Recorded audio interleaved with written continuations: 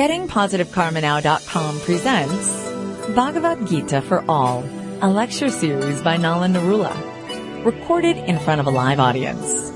Chapter 10, The Infinite Opulence of the Absolute. Om Namo Bhagavate Vasudevaya. Om Namo Bhagavate Vasudevaya. Om Namo Bhagavate Vasudevaya. Om Namo Bhagavate Vasudevaya. Om Namo Bhagavate Vasudevaya. Om Namo Bhagavate Vasudevaya. Last time we had completed text 22 of chapter 10 of the Bhagavad Gita. And today we start with 23, but I'd like to go back to the continuity.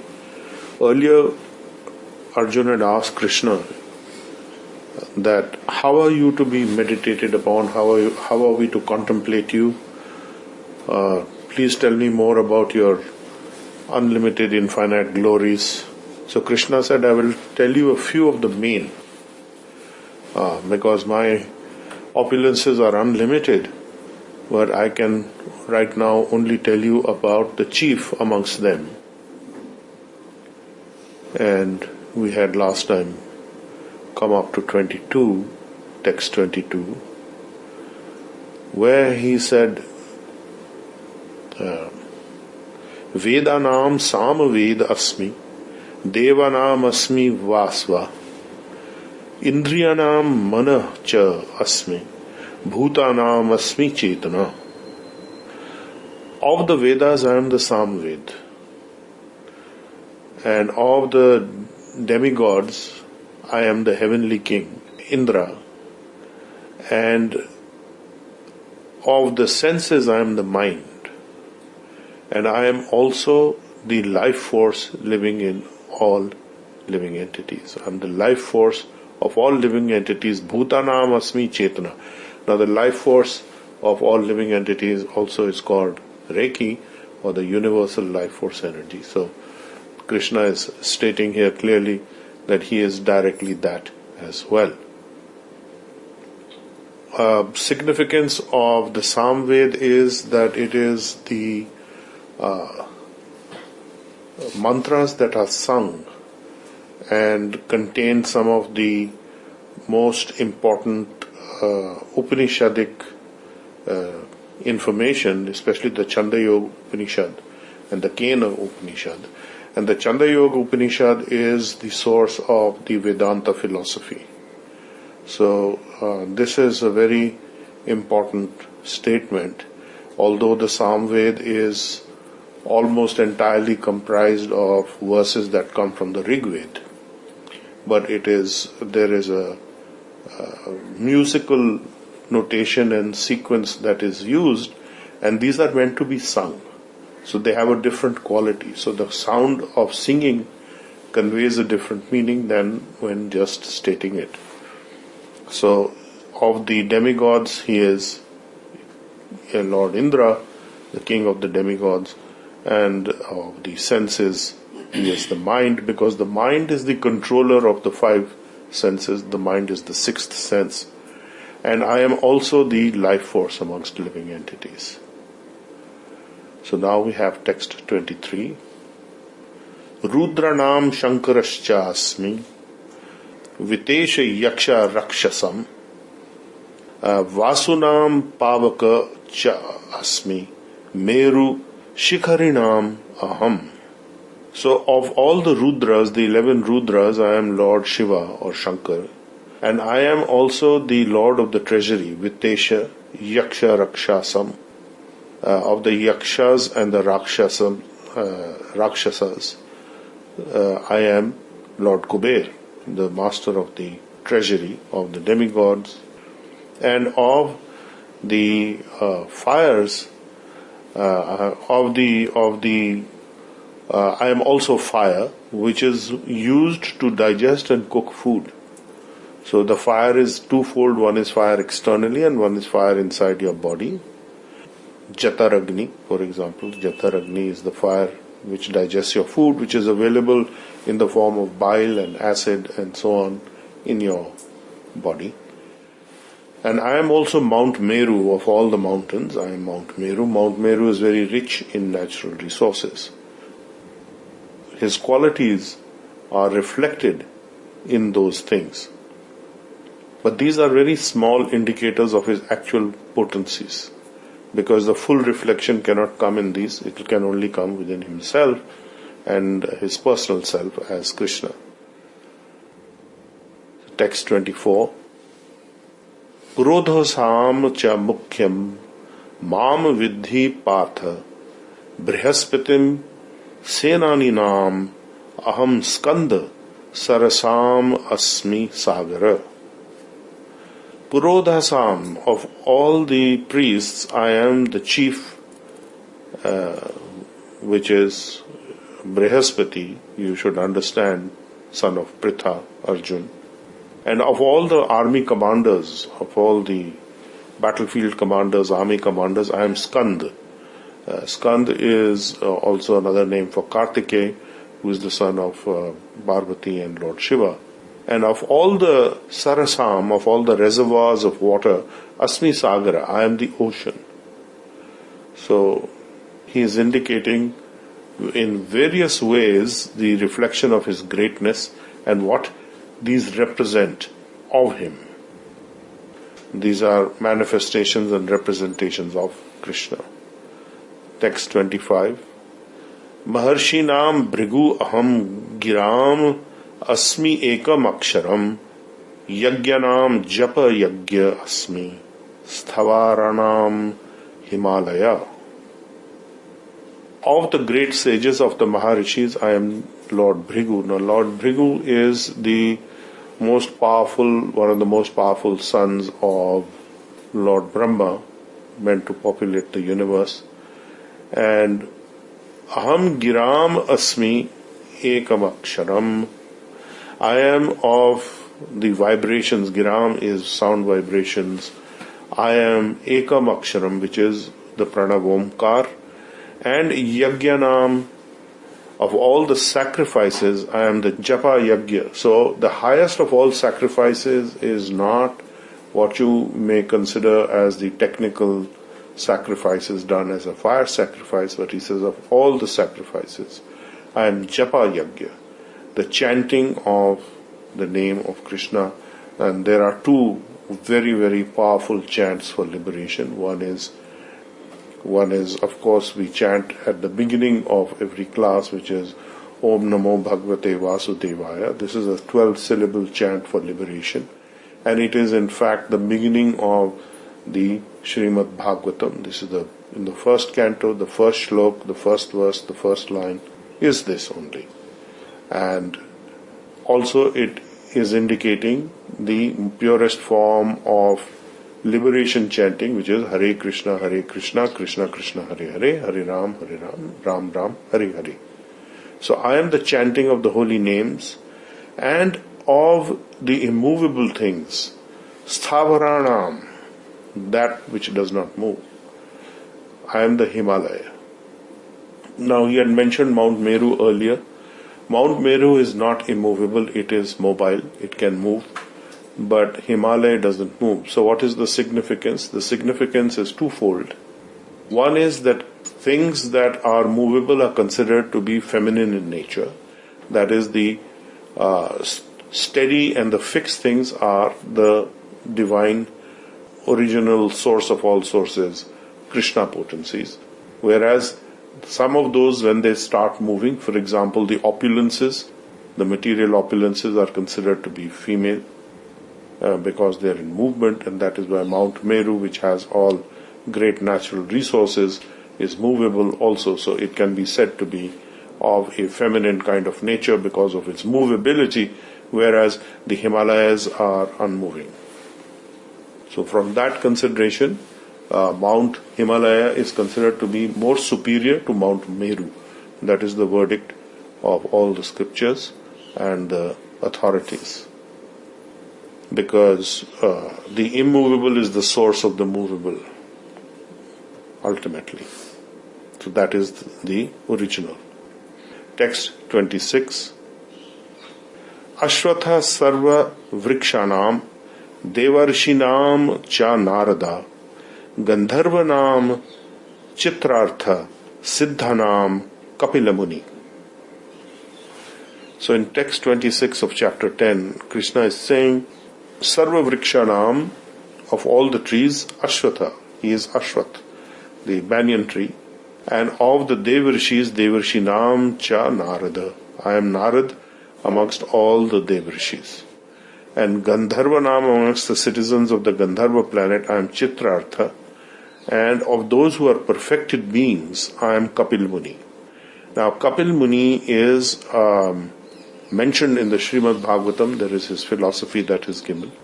Later on, there was another Kapil Muni who was an atheist, false philosopher.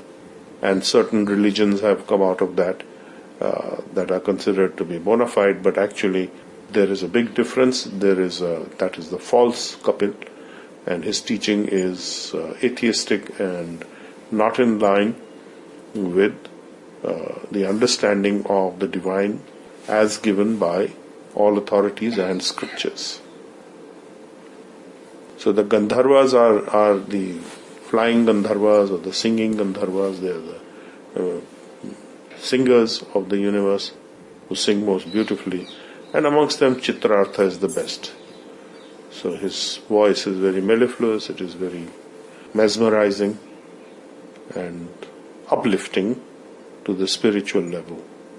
So that is the quality of Chitrartha's singing. Text 27. Uchay Shravasam Ashvanam Vidhi Mam Amrita Udbhavam Airavartam Gajendranam Naranam Cha Naradhipam. Uchaya Shravasam Ashvanam. So, of the horses that were most prominent, I am Uchay Shriva. Now, this came out of the churning of the ocean, the Sagar Manthan, where Lord Shiva drank the poison which was first coming out of that churning of the ocean, and a lot of riches were to come out, including the immortality elixir. So out of those many things came out this celestial horse, Uchchaishriva, and he was an immortal horse. And of all the lordly elephants of Gajendranam, Airavatam is the elephant which is actually been given to Lord Indra as his Vahan or his vehicle. And amongst men, I am Naradhipam, I am the king. I am the monarch, I am the king. So amongst those kings are the kings who are properly fulfilling, like Ambrish Maharaj, like the King Yudhishthir, also like Maharaj Parikshit, and so on, Lord Ram. But we don't find those anymore. So there is a decline and destruction of that kind of kingship. Is not available. Text 28. Ayuddhanam aham vajram dhenunam asmi kamadhuk prajana cha asmi kandarpa sarpanam asmi vasuki. Ayuddhanam aham vajram. Of all the weapons I am the thunderbolt, and of all the cows I am the Kamdhenu Surabhi cow. I am Kandarpa. Kandarpa is the lord of love or sex, and I am that lord which is meant for begetting children, not for sense gratification, but for begetting good progeny. And of all the snakes, Sarpanam Asmi Vasuki.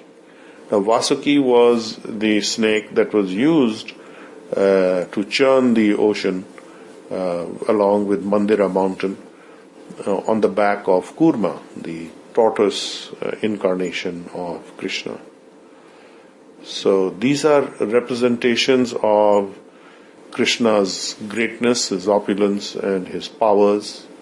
And Krishna is making clear that the sex act for begetting children is in fact his potency coming through Kandarpa, Cupid. And of all the snakes, he is Vasuki, a very powerful snake which helped to churn the Garbhodakshay ocean to get the various poisons and treasures out of it. Text 29. Anantas chasmi naganam varuna yadasam aham pitranam aryama chasmi yama samyamatam aham ananta asmi naganam. Of all the snakes, nagas, celestial snakes, I am Anantashesh. Anantashesh is that snake in the causal ocean on whose head rest the universes, which are the size of mustard seeds in proportion to the size of Anant. So it is, Anant also means endless. So he is huge. So of all the great snakes, I am Anant. And Varuna, I am the controller of water, the deity Varun, and the demigod that controls water, which is the basic source of life. And Yadasam, of all the aquatics, I am that. And I am also Pitranam, of all the ancestors, I am Aryama. And I am Yam, the controller of death, and Samyamatam Aham, I am also the regulator of all regulators. So I am the regulator of death and life. I am Yam. In that form is my greatness and power also. So Yamraj is, you can say, Lord Chief High Justice of the universe, and who is judging and allocating, assigning various punishments, rectifications for people after they die, for the souls, those who are very sinful. They are going to Lord Yamaraj for examination and judgment and punishment. Those who are devotees of Lord Krishna, the Yamduts have been instructed not to come anywhere close to them. So I think all of you should be safe from Yamraj's policeman. Unless you have been really very naughty, then it's a different story. So text 30. Praladaschasmi daityanam kala kalyatam aham mriganam cha nagendro aham venatyascha pakshinam. So of the demons, he is represented in the demoniac family also. I am Prahlad Maharaj. So Prahlad was the son of the demons who were trying to kill Krishna. And does anybody know whose son Prahlad was? Hiranyakashipu. So his uncle Hiranyaksha was killed, and then Hiranyakashipu was the brother of Hiranyaksha, and he was very angry, wanting to kill Krishna. And Prahlad was, of course, his son, who was always worshipping Krishna. So amongst the demons also, I am Prahlad, and amongst the subduers of all things, I am time. Kala kalyatam. I am the time that destroys everything. So famously Krishna has said, time, I am the destroyer of worlds, and he is that factor, the time factor. So aham nriganam, I am of animals, Mrigendra, the king of all animals, which is the lion, and of the birds, Pakshinam, I am Venitaya. Venitaya is another name for Garud, who is the carrier of Vishnu. So these are some of his potencies and some of his powers. We are talking about this text. We are now at text 30, and Praladas chasmi daityanam kala kalyatam aham mriganam cha mrigendro aham venatyascha pakshinam. So the demigods are the sons of Aditi, the two sisters Diti and Aditi. The children that came from Aditi were the demigods, the Adityas, and the one who came from Ditya, the Daityas, who are the demoniac. So, two different sides. Prabhupada's commentary here is that all the Adityas are devotees of the Lord and the Daityas are atheistic. And while Prahlad was born in the family of Daityas, he was a great devotee of Lord Krishna from his childhood. So, basically these are some of the potencies. And then he goes on to say in text 31, Pavana pavatam asmi Rama Shastra Britam Maham Jhasanam Makaraschasmi Shrotasam Asmi Janavi. I am the wind that purifies. Of all the purifiers, I am the wind, because the wind can take away all the toxic matter that is suspended, which is material toxicity in minute or subtle form. And I am Shastra Bhritam, of those who carry weapons, I am Lord Ram, Rama Shastra Bhritam, and I am of all the sea creatures, Jhashanam, of all those who live in the sea, in the waters of the aquatics, I am the shark, Makara, I am the shark. Jasmi Shrotasam, of all the flowing rivers, Asmi Jahnavi, Jahnavi is the river Ganga, the Ganges, which is very purifying waters. It has a medicinal effect. It can purify anything. It has some particles in it which actually clean and purify whatever is touched. So these are all some qualities of Lord Krishna. And we will do one more shlok today and then pause here. This is text 32 of chapter 10. Sarganam adi antacha madhyam cha eva aham arjuna adhyatma vidya vidyanam vada pravadavatam aham. So sarganam adi rantascha, I am the beginning and the end, and madhyam cha eva aham Arjuna, I am the beginning, end and middle of all creation. Anything that is created, I am the originator of it. I see it through its middle portion and I see it through its end. Chaiva aham Arjuna, Adhyatma Vidya, I am also spiritual knowledge. Adhyatma is spiritual, Bhautik is material, and Vidyanam of all education, I am that spiritual knowledge. And of education, I am also Vada, the natural conclusions that arise from Pravadatam.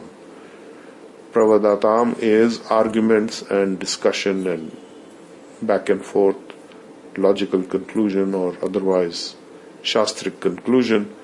I am that of the natural conclusions, Pravadatam Aham. So the conclusive truth is Krishna, the spiritual knowledge is Krishna. He is the beginning, end and middle of all creation. So we have Krishna's expansions in various forms, and his first expansions are coming as Vasudev, Pradyumna, Anirudh and Shankarshan. And these are different expansions that have different modes. They're in charge of different modes. For example, from Shankarshan comes eventually Lord Shiva, who is in charge of winding up the entire universe, and is also Lord Shiva is considered to be the presiding deity over the mode of ignorance, whereas Lord Brahma is considered to be the presiding deity of the mode of passion, and Lord Vishnu himself is the presiding deity over the mode of goodness. So goodness, passion and ignorance are all also originating from the different expansions and moods and emotions that the divine has. So that is a study actually for the Bhagavatam and Chaitanya Charitamrita, which is a very advanced study of the science of the divine, which we will not look into here much more. So we pause at text 32. We have covered from 23 to 32. And these are all about the glories and the opulences and the representations in the forms that we can actually relate to within our frame of reference as human beings in the universe, looking at the construction of the universe, the activities that go on, and the natural features that we find about us or that are referred to in the scriptures. So if there are any questions, we will take a few questions now. Anything? No, so how, like, so many of these aspects, like, marriage and so many, like, couple and all, how is all these 10 verses going to be something I take back for every day? Nothing, like... Well, it is an expansion of what Krishna says, that any greatness, any talent you see anywhere is actually a reflection of mine. So you can see Krishna everywhere in the universe. The whole point is to understand that any greatness that you see, any opulence that you see, is actually coming from Krishna. At the beginning of anything is Krishna, the middle is Krishna, everything is Krishna. You can say it is borrowed or lent by him. So nothing is yours. That is the takeaway. That ultimately nothing is yours. Truly, nothing is yours. Everything is given to you for a short while to use or to enjoy, and then it goes away. It is taken away. Krishna says, I am time, the destroyer of everything. So all deterioration in time takes place, and that is Krishna's potency also. So eventually when we meditate on this, Arjuna, very significantly asks Lord Krishna, how should I meditate on you? How should I think about you? How should I contemplate you? So if Arjuna is being told to contemplate, and we are being told also simultaneously, that you think of these things, eventually you will come to the natural conclusion, where he is talking about what is the natural conclusion of all things, that everything is Krishna, but there is a way to approach this understanding. There is the very facile understanding, everything is Krishna. Then there is the understanding by which you conduct yourself in the universe, having this knowledge and understanding. So if your orientation shifts and changes towards how you do things, how you approach things, considering that all these things are qualities of Krishna himself, and that anything that you are manifesting, it is not your greatness. It is actually Krishna's greatness manifesting through you. That does not make you Krishna. So there are many things to be considered here. Very often the demigods forget that, the devtas forget that, they are also subject to the ego condition in the mode of goodness. They have this false ego that they are controllers, because Lord Indra is king of heaven. He is thinking he is ultimate controller sometimes, and that is a problem. So at our level we are thinking we are little controllers. But yes, if you are controllers under the, you can say, authorization of Krishna, he has given you a certain mandate. Even Lord Yamraj is not supreme, as the Yamduts found out, because when they went to arrest Ajamil, the fallen Brahmin, and the Vishnu Doots came to save him at the end. So the Yamduts went back to Lord Yamraj very disappointed and disheartened, saying that we thought you were all powerful, and there these very bright, brilliant, shining entities came and they prevented us from arresting Ajamil because he's such a sinful fellow. His warrants were out to be arrested, but then these people said no. So how is that? So then Yamraj told him that I am not supreme. Lord Vishnu is supreme, and when there are people who are under the jurisdiction of the Vishnu Doots or Lord Vishnu, the devotees, please stay miles away from them. Don't even go near them. So it is explained thusly in the Bhagavatam.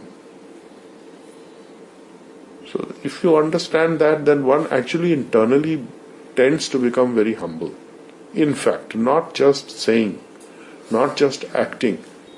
Internally, if one is humble, and humble means being aware of one's faults and defects and everything, and ultimately humble means to be aware of one's true position.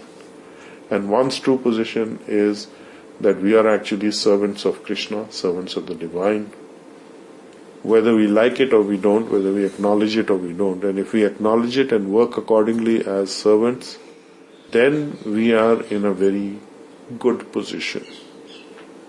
It is a very safe position to work, to consider oneself as a servitor of Lord Krishna and his program, whatever he wishes. He is the ultimate well-wisher of all people, of all living entities. And if we are following in that direction, then we are in a very safe position as far as our spiritual progress is concerned. Shloka, I have a question. Yes. Why are there two sides existing, for example, with Adityas and there are Daityas? There are always two sides to everything. This duality is there. In the spiritual world, there is no duality of this kind. This exists in the material world. But see, even in the house of the demons, the Krishna is represented. As Prahlad Maharaj. Right? So, he is everywhere. So he can manifest. He is in every community, every life form, different expansions of his potencies are available. Saying, of all the animals, I am the king of animals, which is the lion. Now, lion is a carnivorous animal. So does that mean Krishna is carnivorous? No, he is not. He's talking about the royal aspect of the lion. That he is lordly. And of all the elephants, Airavata is the most lordly. Like that. Of all the birds, Garud, who eats snakes. So he destroys snakes and he goes to Bilswarg, typically, the reflected dark aspect of the heavenly planet, where the illumination is from snakes' heads. They are all snakes and their heads have rubies, and that's the illumination, and they are masters of medicine, of youthfulness. They remain ever young, so maybe our plastic surgeons came from there, we don't know. Rejuvenation therapies coming from there, from Bilswarg. And then there is no natural light from the sun, from the celestial bodies, so that is a place of spiritual darkness. And then occasionally either Sudarshan Chakra goes there to destroy them, illuminate and kill and release them from their ignorance, or Garud goes and eats them up to kill them, to release them. So that is, many different things happen in the universe. So it's a study that you can look at more and more, and you'll find a lot of variety in creation as you do in the material creation. The spiritual creation is also huge. The manifestation of that in the material form, reflection of that in the material form is also infinitely diverse. So we will conclude here today then at text. We have done 32. Yes. We have concluded at text 32. Sarganam adirantascha madhyam chaiva ham arjuna adhyatma vidya vidyanam vada pravadatam aham. I am the natural, conclusive truth amongst all logics and arguments.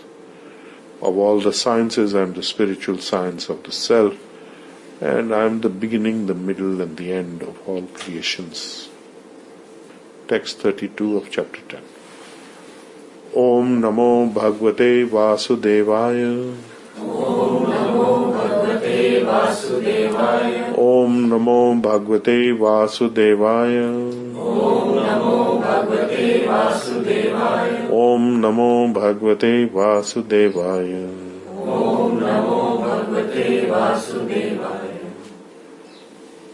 Okay, we will conclude here. You've been listening to Bhagavad Gita for All, a practical guide for everyday life. A lecture series by Nala Narula. Chapter 10. The Infinite Opulence of the Absolute.